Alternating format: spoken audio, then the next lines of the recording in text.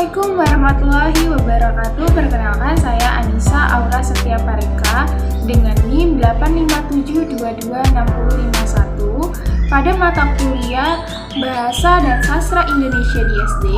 Saya akan membahas mengenai modul 7, modul 8, dan modul 9. Pada modul 7, saya akan membahas mengenai puisi anak-anak. Pada KB1, konsep puisi. Pengertian puisi sendiri yaitu ragam sastra yang bahasanya terikat oleh irama, matra, rima, serta penyusunan larik dan bait. Karya sastra yang satu ini sangat pas digunakan untuk menggambarkan suatu keresahan, kritik, imajinasi, pengalaman, serta perasaan dari sang penulis. Dalam penulisannya, secara umum, puisi biasanya menggunakan gaya bahasa metafora dan disusun dengan padanan kata yang padat dan syarat makna.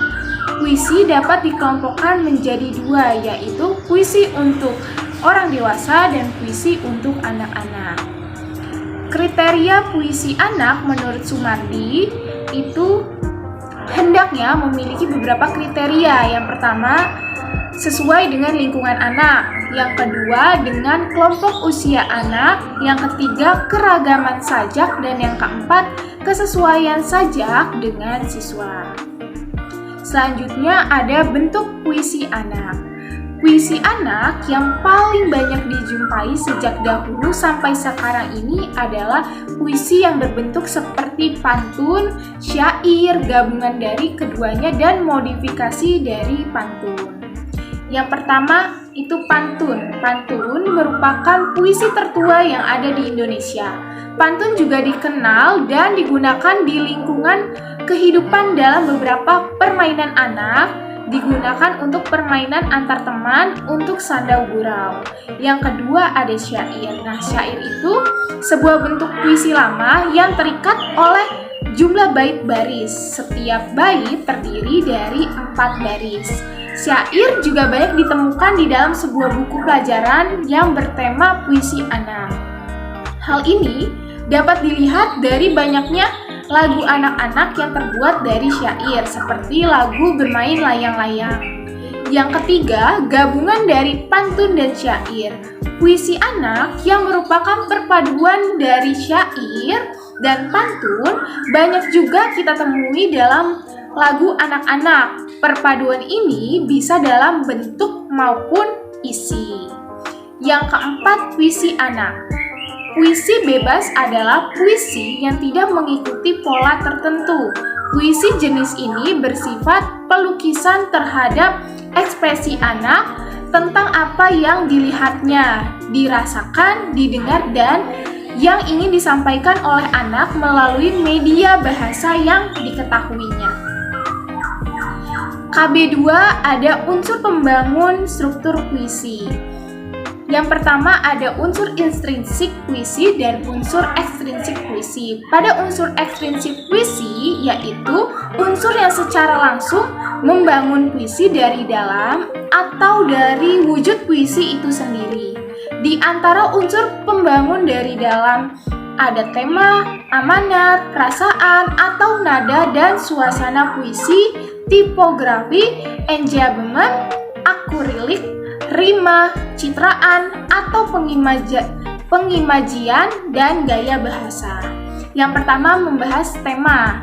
Tema adalah dorongan yang kuat yang menyebabkan penyair mengungkapkan apa yang dirasakannya melalui puisi. Dalam menentukan tema pada puisi dapat dilakukan dengan dua cara, yaitu dengan melihat judul puisi. Karena ada puisi yang di dalam judulnya sudah menyampaikan tema, biasanya judul puisi dijadikan tema dan larik-lariknya merupakan penjelasan tema yang dibuat judul. Yang kedua, melihat bentuk fisik puisi. Bisa dari sisi diksi, dari sisi judul puisinya, kekerapan kata yang sering muncul dalam puisi. Yang kedua ada amanat. Amanat dalam puisi sering disatukan dengan sikap. karena amanat diperoleh pembaca setelah pembaca atau penikmatnya menyelesaikan bacaan puisinya. Dilihat dari sisi pembaca, maka amanat akan mempengaruhi sikap, cara pandang, dan wawasan pembacanya. Jadi, amanat puisi adalah pesan atau nasihat yang ada di dalam sebuah puisi yang didapat oleh pembaca sehingga terjadi beda pendapat antara penikmat satu dengan yang lainnya. Selanjutnya, sikap, suasana, atau nada dan perasaan dalam puisi. Unsur sikap, suasana, atau nada dan perasaan dalam puisi adalah ekspresi perasaan seorang penyair yang disampaikan dalam bentuk nada-nada yang menimbulkan sebuah keindahan. Selanjutnya, tipografi. Tipografi adalah ukiran bentuk puisi yang biasanya berupa susunan baris ke bawah. Ada juga penulis yang menyebut istilah tipografi ini dengan sebutan tata wajah puisi. Selanjutnya, enjambement. Enjambement adalah pemindahan bagian kalimat pada larik berikutnya sehingga menimbulkan nuansa makna. Fungsi enjambement mempererat hubungan antar larik sehingga makna antar larik itu menjadi utuh. Selanjutnya ada aku lirik. Aku lirik adalah tokoh yang berbicara dalam puisi. Tokoh itu bisa pengarangnya, bisa pula bukan, dalam arti pengarang mewakilkan tokoh puisi yang dikarangnya kepada tokoh tertentu atau tokoh lain. Ciri aku lirik itu terdapat kata ganti aku, kamu, dan kita. Selanjutnya rima atau persamaan bunyi. Rima adalah persamaan bunyi yang berulang secara teratur pada kata yang letaknya berdekatan di dalam satu larik atau antar larik. Pengulangan bunyi akan menciptakan sebuah konsentrasi kekuatan bahasa atau menciptakan daya gaib pada kata yang diulang. Selanjutnya, citraan atau pengimajian. Citraan atau pengimajian adalah susunan kata yang dapat memperjelas atau memperkonkret apa yang dinyatakan oleh penyair. Mengingat puisi bukan hanya untuk sekedar dibaca, maka penyair menggunakan citraan ini sebagai cara untuk memperjelas agar penikmatnya dapat memahami puisi ciptaannya melalui citraan yang disajikan dalam beberapa bentuk citraan seperti penglihatan atau visual imagery, pendengaran atau auditory imagery, penciuman atau smell imagery, dan perasaan taktil imagery. Selanjutnya, gaya bahasa, irama atau ritme.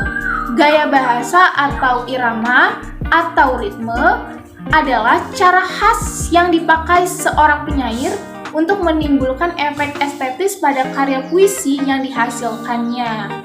Cara ini dilakukan dengan memanfaatkan kekayaan bahasa yang dimiliki oleh bahasa yang digunakan penyair melalui pengulangan bunyi, pengulangan kata, dan kalimat.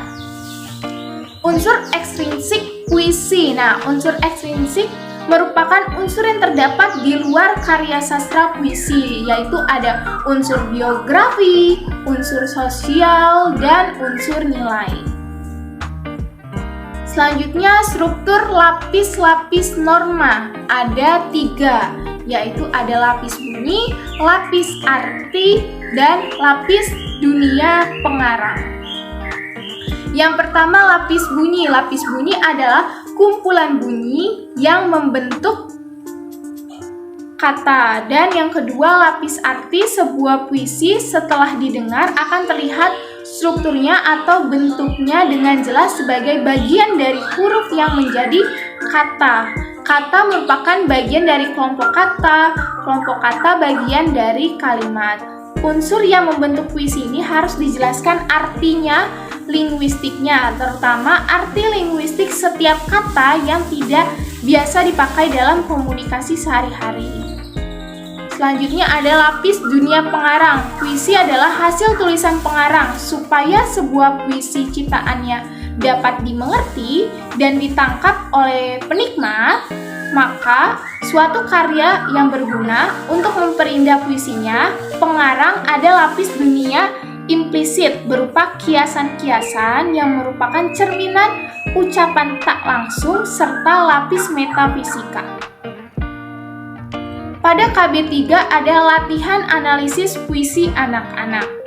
Pengertian analisis sendiri menurut KBBI bermakna penyelidikan terhadap sesuatu, sedangkan latihan analisis puisi adalah latihan membedah puisi dengan mencari dan menemukan unsur intrinsik maupun unsur ekstrinsik sehingga sebagai seorang guru dapat mengajarkan puisi dengan benar dan memiliki tingkat apresiasi yang tinggi serta menjadi guru sastra yang profesional. Selanjutnya, unsur yang perlu dianalisis. Yang pertama itu ada tema, menemukan gagasan utama karya puisi tersebut. Yang kedua ada amanat, dengan menemukan pesan yang disampaikan penulis melalui sajian kata-kata. Yang ketiga, nada, sikap, suasana hati, dan perasaan, dengan menemukan sikap dan perasaan yang digambarkan pengarang melalui karya tersebut. Contohnya bisa kita lihat pada puisi Cita-Citaku. Kemudian dianalisis, temanya itu adalah cita-cita, amanatnya untuk mencapai sebuah cita-cita yang diperlukan perjuangan. Nada, sikap, suasana hati, dan perasaannya yaitu gembira dan riang. Rimanya tidak ada. Kemudian citraan atau pengimajiannya pendengaran atau auditory imagery, dan gaya bahasanya tidak ada. Pada modul 8 akan membahas mengenai drama anak-anak. Pada KB 1 ada konsep drama anak. Pengertian drama anak-anak secara khusus adalah proses lakuan anak sebagai tokoh dalam berperan, mencontoh, meniru gerak pembicara perseorangan menggunakan secara nyata dari perangkat yang dibayangkan. Penggunaan pengalaman pertama dan yang lalu serta pengetahuan karakter dan situasi dalam suatu lakuan dialog, monolog guna menghadirkan peristiwa dan rangkaian cerita tertentu. Selanjutnya, bentuk drama anak-anak. Bentuk drama anak-anak memiliki unsur-unsur drama yang bersistem. Antara unsur-unsurnya terdapat hubungan timbal balik dan saling menentukan. Satu bagian yang utuh dalam drama anak-anak mempunyai unsur tokoh protagonis yang berasal dari lingkungan anak-anak, tokoh antagonis, dan tokoh tritagonis atau tokoh pendukung. Peristiwa yang membentuk sebagai alur dan latar yang padu serta menunjukkan keterkaitan sehingga membentuk tema kehidupan anak-anak. Jenis drama anak-anak. Ada beberapa jenis drama anak-anak yang ditinjau dari aspek cara menyajikannya. Antara lain ada drama pantomim, drama tablo, drama kreatif, sandiwara boneka, drama bacaan, drama opera. Pada KB 2, unsur pembangun dan struktur drama anak-anak. Yang pertama ada unsur intrinsik drama, terdiri dari tokoh, alur, tema, dan latar. Tokoh yaitu pelaku anak-anak dan orang dewasa atau bisa juga berupa boneka, binatang, tumbuhan, dan benda mati. Ditinjau dari segi jenis tokoh digolongkan menjadi 5, yaitu peranan tokoh, fungsi penampilan tokoh, pengungkapan watak tokoh, pengembangan watak tokoh, dan penokohan. Yang kedua, alur, disebut juga sebagai plot, jalan cerita, atau struktur naratif. Demikian pula alur drama disebut juga struktur drama berkaitan dengan drama anak-anak. Maka alur dalam drama anak-anak adalah rangkaian peristiwa yang mempunyai hubungan sebab akibat.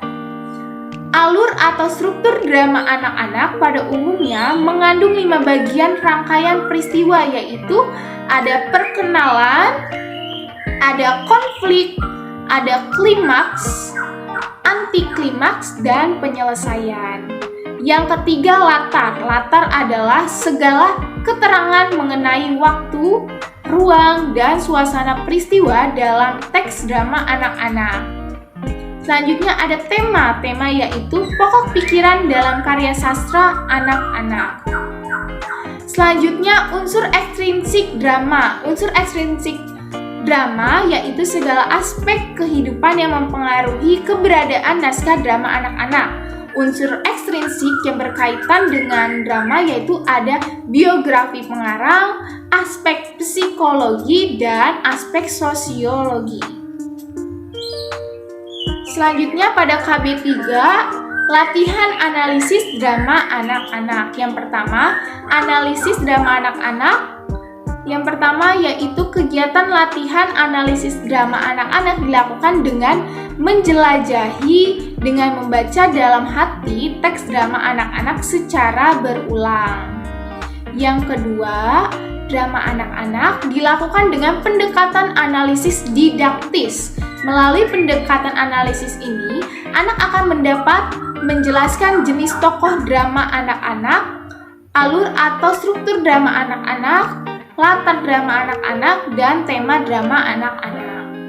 Yang ketiga, kegiatan latihan analisis drama dilakukan dengan pendekatan analisis didaktis. Melalui pendekatan ini, anak akan dapat menghasilkan amanat dan moral yang ada dalam kisah cerita drama tersebut. Yang keempat, kegiatan latihan analisis drama anak-anak dilakukan dengan pendekatan emotif. Melalui pendekatan analisis ini, akan dapat menemukan berbagai unsur yang mengaduk emosi dan perasaan emosi dominan yang ditimbulkan oleh tokoh protagonis, tokoh antagonis, dan tritagonis. Akan menghasilkan suspense sehingga teks drama anak-anak akan menarik untuk dibaca atau ditonton. Pada modul 9, saya akan membahas apresiasi karya sastra anak. KB 1 ada konsep apresiasi sastra anak. Apresiasi, istilah apresiasi yang diucapkan atau ditulis orang dalam berbagai kesempatan. Kata apresiasi diserap dari bahasa Inggris yaitu appreciation dalam bahasa Inggris. Kata itu merupakan kata benda yang dibentuk dari kata kerja to appreciate.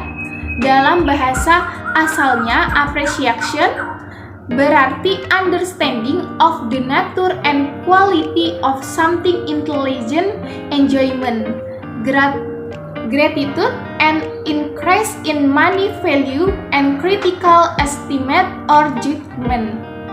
Sejalan dengan rumusan-rumusan di atas, dapat dibuat definisi pengertian apresiasi sastra anak sebagai berikut.